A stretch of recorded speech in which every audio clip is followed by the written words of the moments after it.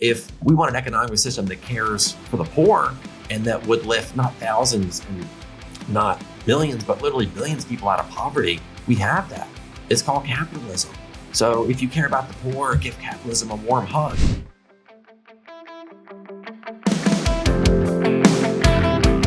Hello. Welcome again to the episode of the Let People Prosper show. My name is Dr. Vance Ginn. I hope you're having a prosperous day. Well, today I'm delighted to bring on another guest who knows a little bit and a lot really about poverty relief initiatives, about housing, about persuasion. And we're going to talk about all this and much more. And it's none other than Josh Bandoch. Josh, welcome to Let People Prosper show.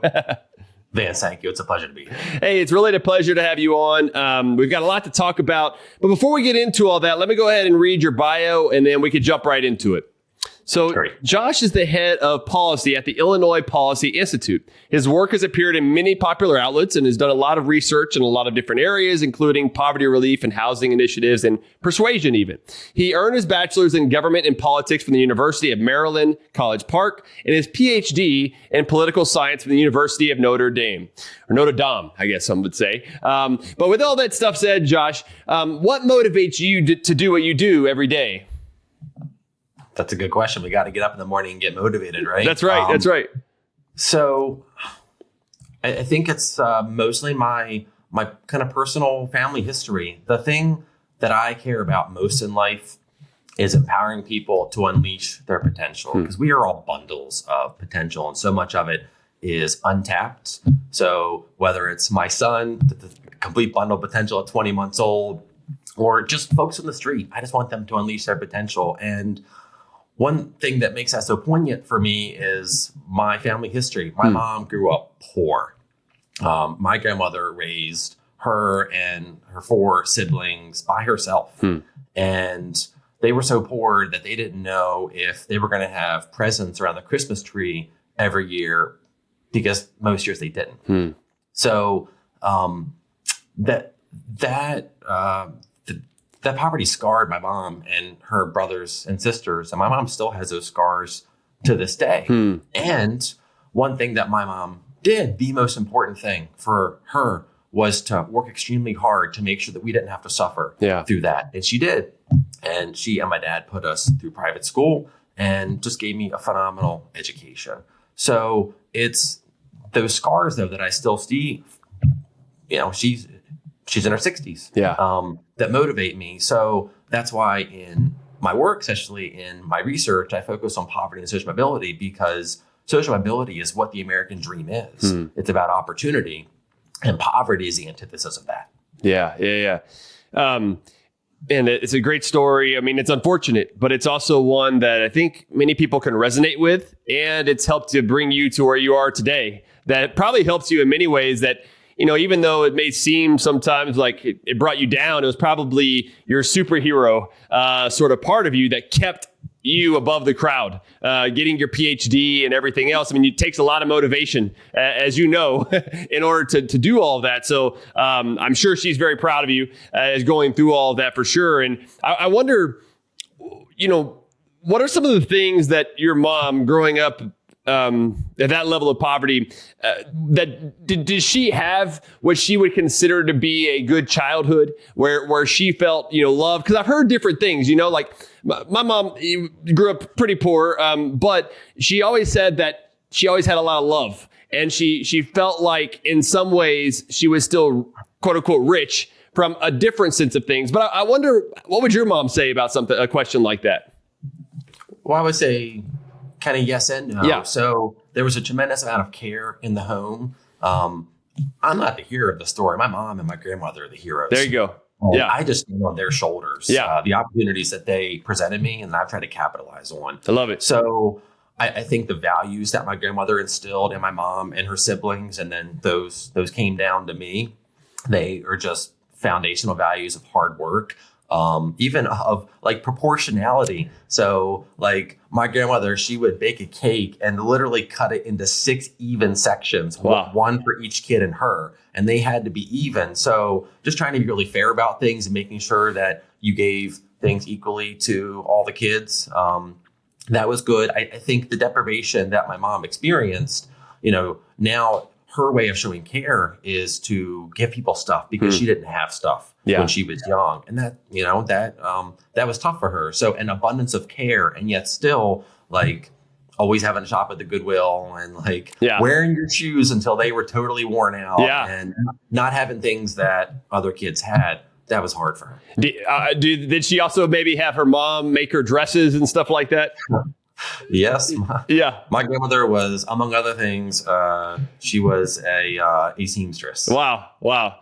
I remember my mom telling me about some of those things as well. Like she probably get one dress a year, maybe a couple dresses per year. And it's something, it's interesting you brought that up. I mean, I didn't know that about you. And it shows in a lot of ways of what your work is today, which is phenomenal. And it also goes to, I think, maybe the core of what we're talking about today. I think God kind of works it out in such a way sometimes for having these conversations, and stuff comes up and you're like, well, man, I didn't even know we were going to go that direction. But I think it's really important to understand, right, like where people are coming from. Too often those of us who are the policy, quote unquote, policy wonks, and I consider myself a policy wonk, definitely am. But we get caught up sometimes in the numbers, and which program is doing what, and some of these other things. And a lot of times I try to bring it back to, let's treat people like people, not like a number, not like they're on the rolls or something else, but how can we make sure that we're getting to the fundamental concerns and issues that are facing them compared with other things? What are some of your thoughts on that?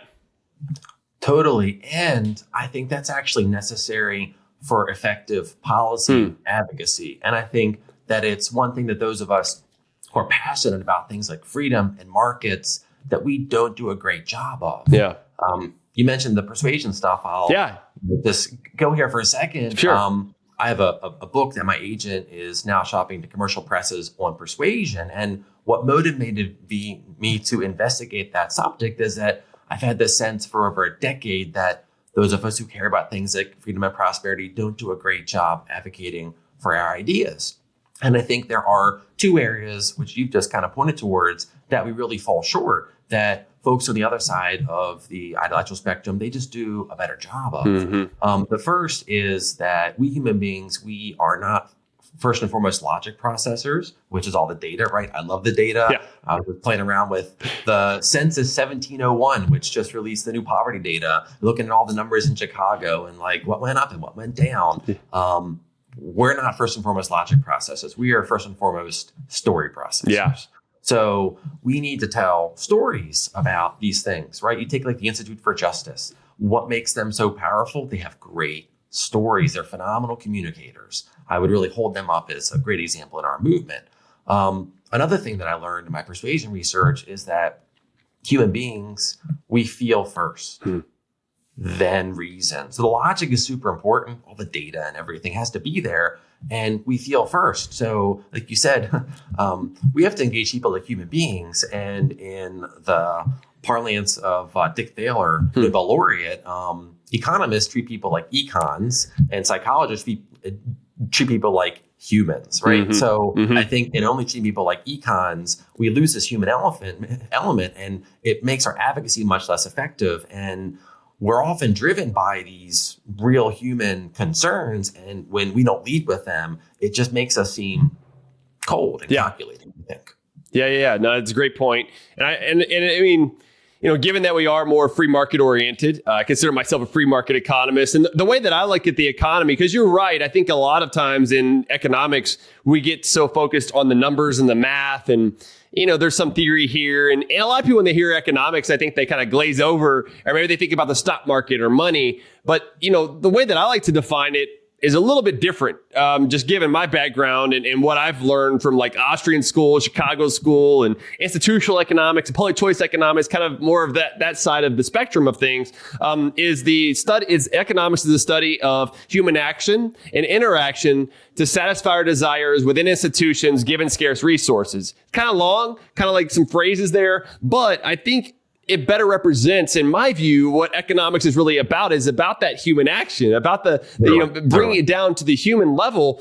Because we're not talking about dogs. We're not talking about cats. We're not studying what their behaviors are. We're really studying about humans. And I think ultimately at the end of the day, no matter where someone is along the political spectrum, and that's one thing I try to do is bring more people together across the spectrum, is we want human flourishing. Now, with your persuasion, I'd love to hear your thoughts on this, though, is the differences are about how do we get there oftentimes, right? Is some would want maybe what they would consider to be a faster path, more government spending, more programs. Other ones, it may take a little bit longer, but you're going to have more freedom and liberty. And what we've noticed, right, in the policy world is a lot of this stuff starts all going together. We got to get some wins. But I think just sticking with your persuasion stuff for a little bit longer, though, Josh, because I'm excited you have this book coming out. It's awesome. And what are some other things that we're missing, or maybe that can help us with this persuasion? Because one of the things we talked about before we went on was that there are very few of us really in this movement on the free market side that are talking about public policy from the poverty angle and trying human flourishing, things of that nature. We know that there's some big names out there that are doing that, but what are some of the other things that we could take away to really help us to move the needle? I think we need to do a couple of things. Okay. The first is to focus on consensus. We can come back to that because that's what I try to do in my report. And I think there actually is tremendous consensus and a lot of opportunity to advance free market solutions. We'll table that one just for a little bit. Okay. On the persuasion side of things, so I just pointed to a couple of those things. One is that we need to tell stories. Yep. So I do care about poverty. And one reason that I started by talking about my mom and my grandmother is because that's a story. And you'll remember that more than if I told you, well, you know what, there are 450 Chicagoans, actually now it's 438,000 Chicagoans who are suffering in poverty. That's 16.8% of the population. Okay, that's a lot of people and it's terrible. If I lead with that, but if I led with the story about somebody in the South Side who is suffering through poverty, or somebody who was in poverty and who was empowered to rise out of poverty and what that rise meant for them, economically, socially, morally, culturally, that'd be way better than talking about the 12,000 folks last year who were calculated to be in poverty who weren't in poverty this year. Lead with stories. Think about what you want people to feel, and make sure that you do that, not in a way that generates negative emotions. And I think that's probably where some people get tripped up. I think one thing we have to do is go on offense without being offensive. Yeah. I think one person who did a great job of this when he was president of AEI is Arthur Brooks. Yeah. Nobody would not have a conversation with Arthur Brooks, just a true model of how to engage people effectively. And then I think the other thing that we need to do is we need to think about, so we're trapped in our own minds, and the people on the left and the right, they have different moral minds. This is research drawn on Jonathan Haidt. Yeah. So we have, just like we have on our tongue, literally 5 or 6 taste buds, debating if there's a 6th one or not. What would be the 6th one? Fat, Ole Augustus. Oh, okay. Okay. Gotcha. That is debated now. It's like question mark. Yeah. So just like we have 5 or 6 taste buds on our actual tongue, on our hearts and minds, we have 6, maybe 7 taste buds. And folks on the left and the right, they have different taste buds, largely speaking, on their moral minds. Wow. So folks on the left are really sensitive to claims about care. Yeah. So, or harm, so like suffering. So they care about the dispossessed. And then folks on the left are especially sensitive to concerns over equity, which means equal outcomes. Now, folks on our side of things, on the more market-oriented side of things, hear equity and we think, oh my God, that's terrible. We don't want equity. We don't want equal outcomes. We want equal opportunity, certainly. And we get a little stuck on that. And then folks on the right, we're sensitive to claims not about equity, but about proportionality. So about merit and the quantity and quality of your inputs and outputs. Yeah. We are sensitive to claims about loyalty, so in-group, out-group, authority, hierarchies, purity. That's why you hear about things like the Bible Belt tends to be a little more right of center. And then claims about freedom. Yeah. That's the one that may or may not be a taste bud. I think it probably is. So the palates roughly, again, on average, right? That's the statistics there. They on average separate along these lines. Yeah. So one thing that I think we need to do, and why I think the poverty and social mobility space is such an opportunity for us, is that when we talk about things like opportunity, that is also about care. And so we can talk about care for the poor, care for the dispossessed, care for minorities. It is oftentimes minorities who are hurt most by these bad policies. That they're the ones that suffer the most under, for example, things like benefit cliffs, bad housing policies that actually do have inequitable origins. The first zoning law was passed in Baltimore in, I believe, 1910, and it was literally to keep Black people out of a white neighborhood. Wow. That actually is definitionally inequitable. Yeah. So I think one thing we can do, I guess this, the third thing, is to understand the moral mind of the left and then talk in those terms. So in a lot of my writing, I talk in terms of things that are inequitable because definitionally they are. And I talk about care for the poor and care for minorities because these things are important. And that's language that instead of dividing us can say, well, hang on a second. We see a lot of the same things. We have a lot of the same concerns. We also see a lot of the same solutions. And crucially, you're talking my language. Yeah. As opposed to if I come and if I gibber something in German or French or Russian or whatever, it doesn't make sense to you. No. Yeah. Great points. Sorry, I was a little long-winded. No. That's good. It's good because I was just thinking about how that's resonating with me really well about the palate, though, and thinking about the different senses of how we can connect with each other. Because it reminds me too, like we enjoy food, and I really enjoy Mexican food. That's my favorite food. Yeah. I love chips and salsa and everything. And whether you're from the left or the right, we can agree. Many people would agree that that's a really good food. And it's something to think about, though, whenever we're thinking about policies, is that I think too often we get to your point about blinders. We can't really see what's around us, or we think that that's going to taste bad. Kind of like my kids. I've got 3 kids and 10, 6 and 2. And especially the 10-year-old, he really does not want to try much food. But it's almost like that, right? You get in these discussions with people, and it's almost like, I don't want to try that. I don't want to talk to them to their side. But I think you're right. We should be doing a better job of not only talking with them, sharing ideas, sharing where these stories as well. I think would really go a long way, because the left for a long time has been able to grab people's hearts by the heartstring and say, hey, look, here's why you need this. Yeah. And they've had a better selling message. It also helps that they're trying to hand you something versus, in some sense, taking away. That could make it a difficult for persuasion.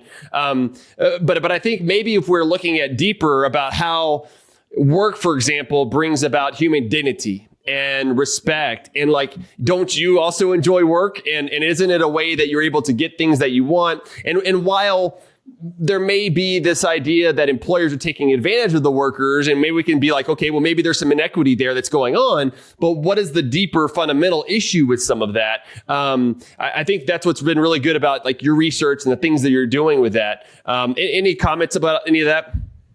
I mean, I just think, so first, kind of super zooming out for a second. One of the, for most people, uncomfortable and for me liberating things that I've learned in all this research about the moral taste buds is that 33 to 50% of our moral mind is wired into us genetically. And they know this through studies of twins. So in the same way that I don't have to hate you because, actually, you're a pretty tall guy. You're 6'6", right? Something like that? Yeah, 6'3". Okay, well, almost. I don't have to hate you because you're not 5'2" or because you don't have long black hair. I don't have to hate you because your morals are, kind of over here. Yeah. If that's kind of wired into people. So I think instead, if we understand that we have these different moral minds and we can appeal to them, that's actually just liberating, because so that's the really kind of top line thing, is this is wired into us. But yes, I agree. There are many ways that we can talk about our policies, about how these well-intended programs hurt people, how they ensnare them in, so they disempower them, right? That is inequitable, that actually hurts certain groups more than other groups. Yeah, totally. And talk about our policies. So if we want an economic system that cares for the poor and that would lift not thousands and not millions, but literally billions of people out of poverty, we have that. It's called capitalism. Yeah. So if you care about the poor, give capitalism a warm hug. Yeah. That's totally different terms to talk about capitalism than to say, well, look, it is economically efficient. Yeah. And if we want to maximize this and this and this and this, all those things are certainly true. Yeah. more than an abundance of data to support that. And we talk in those terms, either eyes glaze over or folks on the left say, but that's inequitable. Yeah. And then you have to show them that, no, if you care about the poor, this is what you need. Yeah. It's wise words too, Josh, about trying to be in the offense, because just like they're putting us back on the defense when they say, well, inequity or something like that, if we could be more on the offense where we don't feel like we're having to defend ourselves so much on the other side, because we do have a strong case, right? To your point about, to me, free market capitalism is the best path to let people prosper, is the way I like to put it. Yeah. And that's not just me because I love liberty and I'm a classical liberal, more libertarian person overall, but it's also human history and like the evidence that's there. I mean, those countries that have tend to be more capitalist have had more prosperity over time. And so there's just a lot of evidence and there's a lot of good work that's out there in this. And so that's very wise words there, Josh. And I want to maybe we come back to this here in a little bit, but I want to make sure we talk about your latest study that's published at the Illinois Policy Institute, and I'll be sure to put the show note link to it in the show notes page. And it's the Center for Poverty Solutions. It's Common Ground. This is the title of the report: Common Ground Solutions to Empower Chicago's Poor. Going back to the common ground issue that Josh really does a great job of, and then it also is part of the title, A Model for America's Cities. And I just wanted to read like the first paragraph, Josh, real quick for the audience, and then we'll dive into it. So he says, the American dream is grounded in the idea everyone ought to be able to pursue happiness. That idea has positioned the United States as a land of opportunity and motivated countless millions to move here for over 2 centuries. Yet it's under a threat. A 2023 survey by the Wall Street Journal and NORC revealed only 36% of voters believe the American dream still holds true. With 37.9 million Americans suffering through poverty every day, it's no surprise this dream looks like a mirage for so many people. That's especially true in urban environments such as Chicago, where prosperity is simply out of reach for too many individuals. And then for too long, we've mistakenly thought poverty solutions was to spend more money. Nearly 60 years after President LBJ's launched the War on Poverty in 1965, the nation has spent over $12 trillion and poverty rates have remained between 11 and 15%. Chicago's poverty rate of 17.2% is significantly higher than the 12% rate in 1960. And finally, but this is all the executive summary part of it, poverty policies are not just failing the poor and disadvantaged in Chicago and elsewhere, they are aggravating the problem. That's wrong, needs to be changed, and can. So with all that, it's a powerful executive summary. Good job on that, Josh, because that's where you always want to hit people, right? It's like, get them hooked early on, and you did a great job of that. Huh? I couldn't have said it better myself. There you go. But with all that, let's dive into this some, Josh. Let me give you just some free reign here. And where do you like to start when you start talking about this and getting people fired up about it? So the most exciting thing that came from that research, which is now driving a lot of what we do here, is that there actually is tremendous consensus around at least 7 poverty solutions. And that's really exciting for me, because when I really dived into this research last year, I just tried to approach like a good social scientist and see where the data took me, and didn't entirely know what I would find. Yeah. And the easy answer would have been just to take some of the work from folks that we know and like and copy and paste that and apply it to Illinois. And I thought, well, I don't know, maybe I should read what some of those folks on the left say. Yeah. And I just started to see that people are actually observing many of the same things, and they were pointing towards many of the same solutions. I thought, this is cool. Now, the hang up, and this goes back to the persuasion stuff a little bit too, is that I think we oftentimes get stuck on the why. And because of that, that's a barrier to action and working together. And I can give an example of that. So just kind of quickly, and we can dive into any of the ones that you work. What are those solutions? The first is to empower people through the dignity of work. It is work is a moral phenomenon. It's an economic phenomenon. It's a social phenomenon. And the poverty rate last year in Chicago was 17.2%. Now it's 16.8%, still really high. If you work full time, it's 2.3%. So that's, it's a pretty dramatic drop in poverty. So the second is to consider the future of work, because the jobs that we have today are going to look a lot different in many cases than the jobs that we have tomorrow through things like technology, innovation, AI, machine learning, and things like that, which means that if we're not mindful, we could solve poverty today only to see people fall back into poverty tomorrow. So what does the future of work look like, and how do we prepare people? The answer cannot simply be, hey, upskill and go learn to code. Yeah. That doesn't work. So the third is to remove barriers to work. So the one that I focus on there is occupational licensing, which is the government permission slip to work. We actually have a report coming out probably tomorrow, really going through what reform looks like in Illinois. There are, just in Illinois alone, about 1 in 4 people needs an occupational license, about 1.6 million to do their job. And that's not just for things like being a doctor. That's to be, among other things, to work in cemetery customer assistance. You need a license for that. The fourth thing that I look at is safety net reform, because our safety net, I think, has become a snare net. And we want a safety net that catches people when they fall and then empowers them to rise again as quickly as possible. Yeah. And I think that there are things like benefit cliffs that are pernicious, and they create a huge barrier for people rising. The next thing we look at is to reorient our career system from degree first to career first, and to have a system oriented around ensuring that people are ready when they graduate, whether it's K through 12, vocational school, university, whatever, to have a career. We also look at housing affordability. This is a good example of where we get stuck on things. It's that why, can come back to it or not, the best way to ensure housing affordability is to increase supply. Yeah. So we look at a lot of the things that restrict that, like zoning regulations. Finally, long-winded summary, I know. We look at family and social structure, and I didn't know if I needed or wanted to go here, and all the literature from the Brookings Institution all the way over to AEI and folks really pretty much everywhere was just screaming family structure. Yeah. And that's above everything else what's called the success sequence. So if you do these 4 things in this order, poverty rate, instead of being about 12% nationally, is about 2%. And that's finish high school, get a full-time job, get married, and then have kids.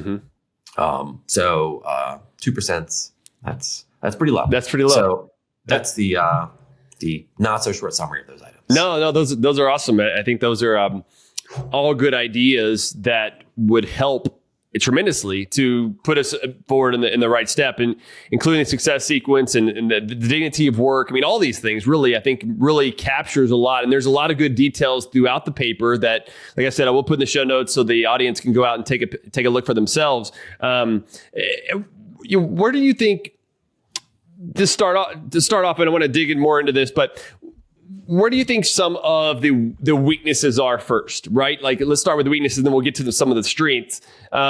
When you were doing this and going through the research and looking at others, what they've been writing on and stuff, how did you start to see some of the holes or some of the gaps that really got you excited about these 7 in particular policy ideas compared to other directions that you could have went?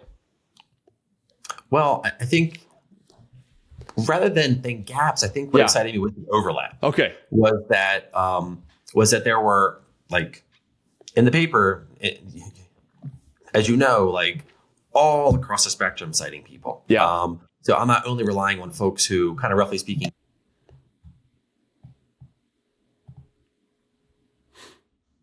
Oh wait, there you go. There it is. On the button. Sorry. That's all right. That's all right. I'm going to mark it so I can go back and cut that part later. Okay, I'll just rewind a couple of seconds. Sorry, I was waving my hands above the button. That's all right. Okay. It's all right.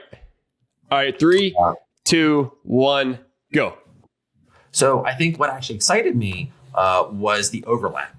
That I looked at folks all the way from the left to the right and everywhere in between, and there was a lot of consensus. And I think that's something that we tend to overlap. And perhaps that's, to answer your question about gaps, maybe that's one of the gaps that we kind of get in our own intellectual silo in our office, kind of cranking away at the data and pecking on the screen, and then talking to people who think like us, that that silo makes it hard for us to kind of look around and see that there are other people who are seeing similar things. So I think getting out of the intellectual silo and just forcing myself to read things from places that I would not normally go to read for things because, some of those things I read were a little uncomfortable. Yeah. And the happy news is that I learned from them. And that's really helpful. So I think probably that's one of the biggest gaps that I see, because the report is kind of meant to provide these as macro solutions. And part of the macro is that there is consensus behind it. Yeah.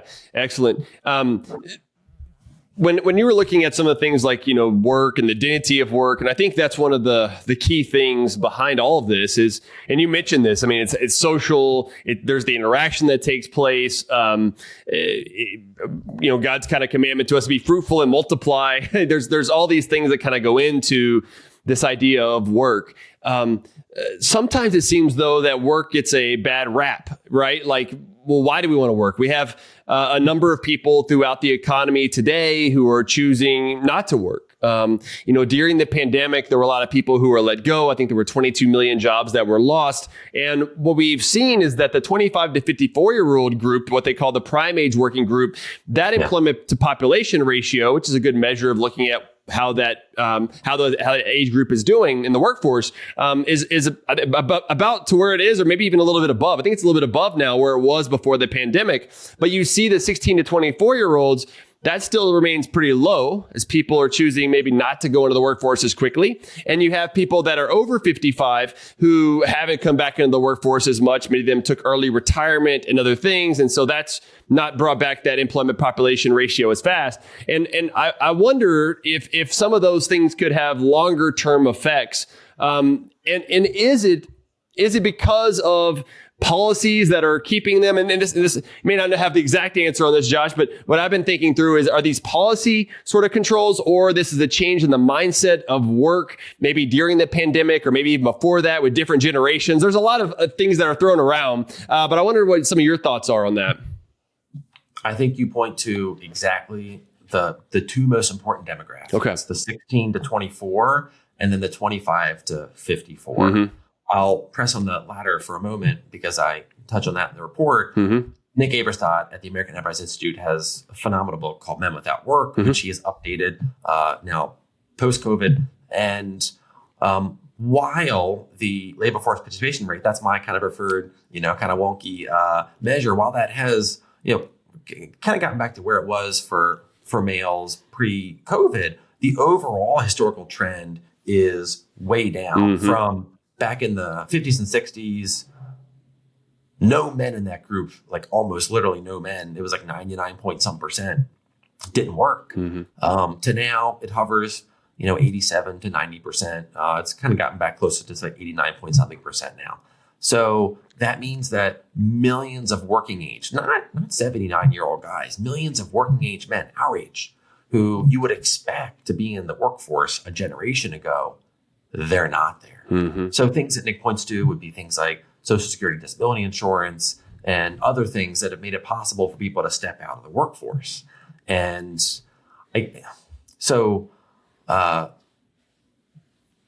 the intentions behind these policies undoubtedly are really good. You're trying to help people. I think if you look at the lives that they end up living and the opportunities they end up missing, I think that's probably not so good. And you look at the 16 to 24, that's the other demographic that's really concerning.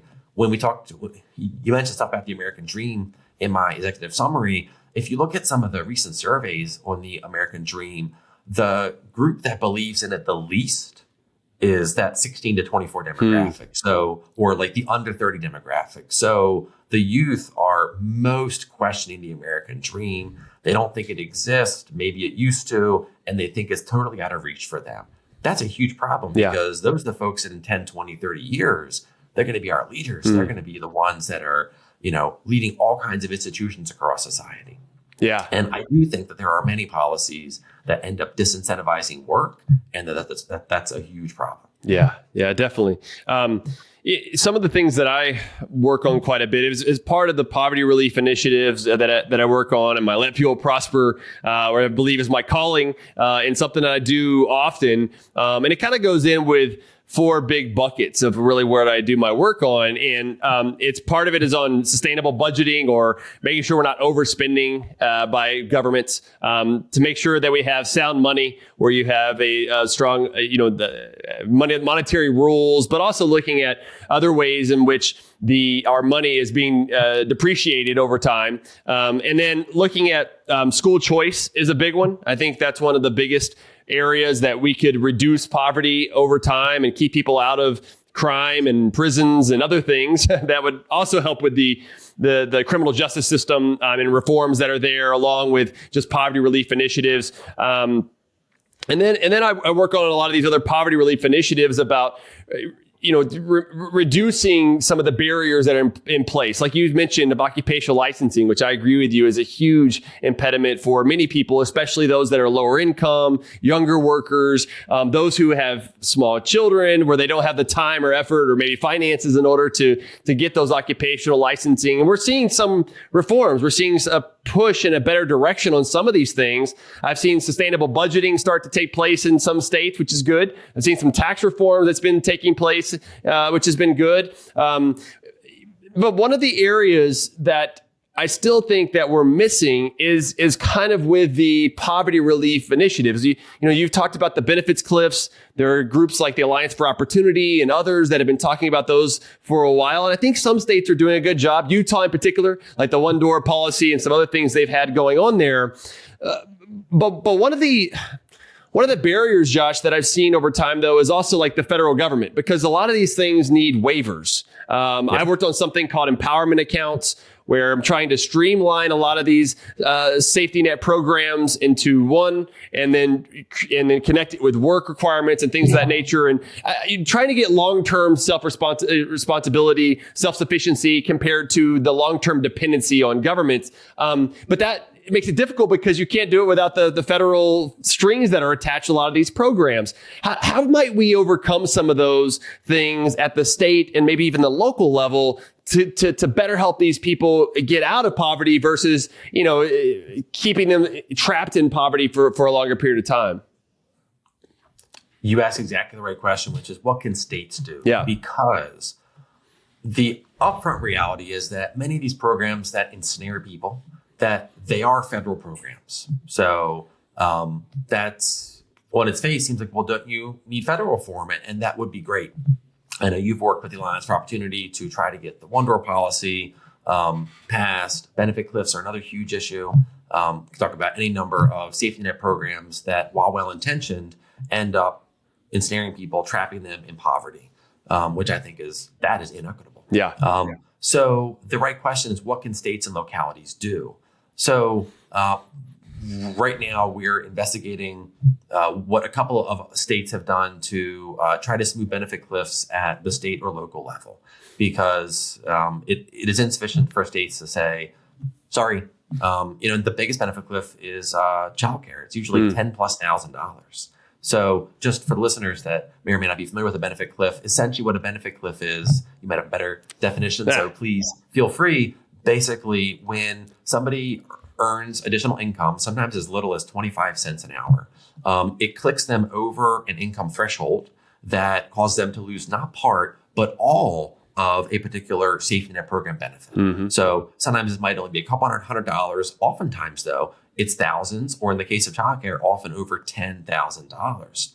So people just intuitively know, and sometimes do the calculations, and they say, I'm sorry, I can't take that raise. I can't take that promotion. I don't want to work more hours because I would lose these benefits, which is so perverse. Yeah. So I think states need to ask the questions, what can they do? Missouri passed something earlier this year that attempts to smooth out benefit cliffs. We'll see how that does. Yeah. Springfield, Massachusetts, of all places, has tried the sort of little micro program. So is DC. Tennessee has, and these are really recent, so we don't have good data on them. Okay.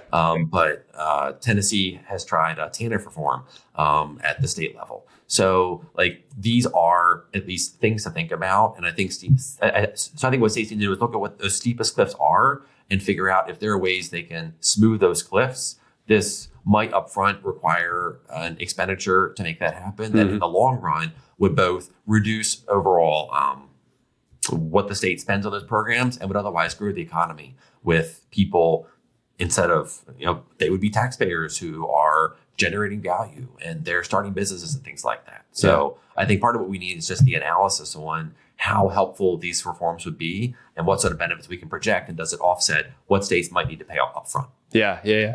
Good points there, Josh. And so as we're wrapping up here, it's been a great conversation, covered a lot of ground on a lot of different things. What are some of the other things that you'd want to leave us with, including where best to find you, and for the audience, and anything else that you'd like to mention before we go? Well, I think I just want to emphasize two things. One, that there's so much opportunity in this opportunity space for us. We didn't talk about housing. Housing is an issue where there's so much consensus across the left and the right. Yeah. And all of those issues that I talked about, there is actually tremendous consensus, and we lose that. And I think if we would stop getting stuck on the why and focus on the what, the observation, and the how, we would actually get a lot more done. I do think we need to then talk about these things a little bit differently so that they resonate with folks who don't exactly think like us. And I think if we do those things, right, the American dream truly is at stake if we cease to become an opportunity or there cease to be an opportunity society. So it's extremely important. So I think I will stop there. In terms of finding me, you can either just go www.joshuabandoch.com. Check us out on the Illinois Policy Institute. Our website and my bio is on there. We do a pretty wide range of work. I'm on LinkedIn. No other social media, though, as a good Cal Newport follower. Okay. Good. Well, Josh, it's really been a pleasure talking with you today. Thank you for all the work that you're doing. And God bless you and your family, and continue to prosper. Vance, thank you very much. Appreciate it. Thanks so much, Josh. Well, for the audience, I hope you enjoyed that discussion. I know I did. Please go out and give us a 5-star rating, or give us a high, wherever it is that you listen to this, give us a good rating there, and share it with your friends and family so they understand a little bit more about poverty, the causes, what we can do about it, and how to treat people like people instead of just a number and everything else. We really want to make sure that people have human flourishing. That's really what this is all about. And that's why I do what I do and let people prosper. So God bless you, and let people prosper.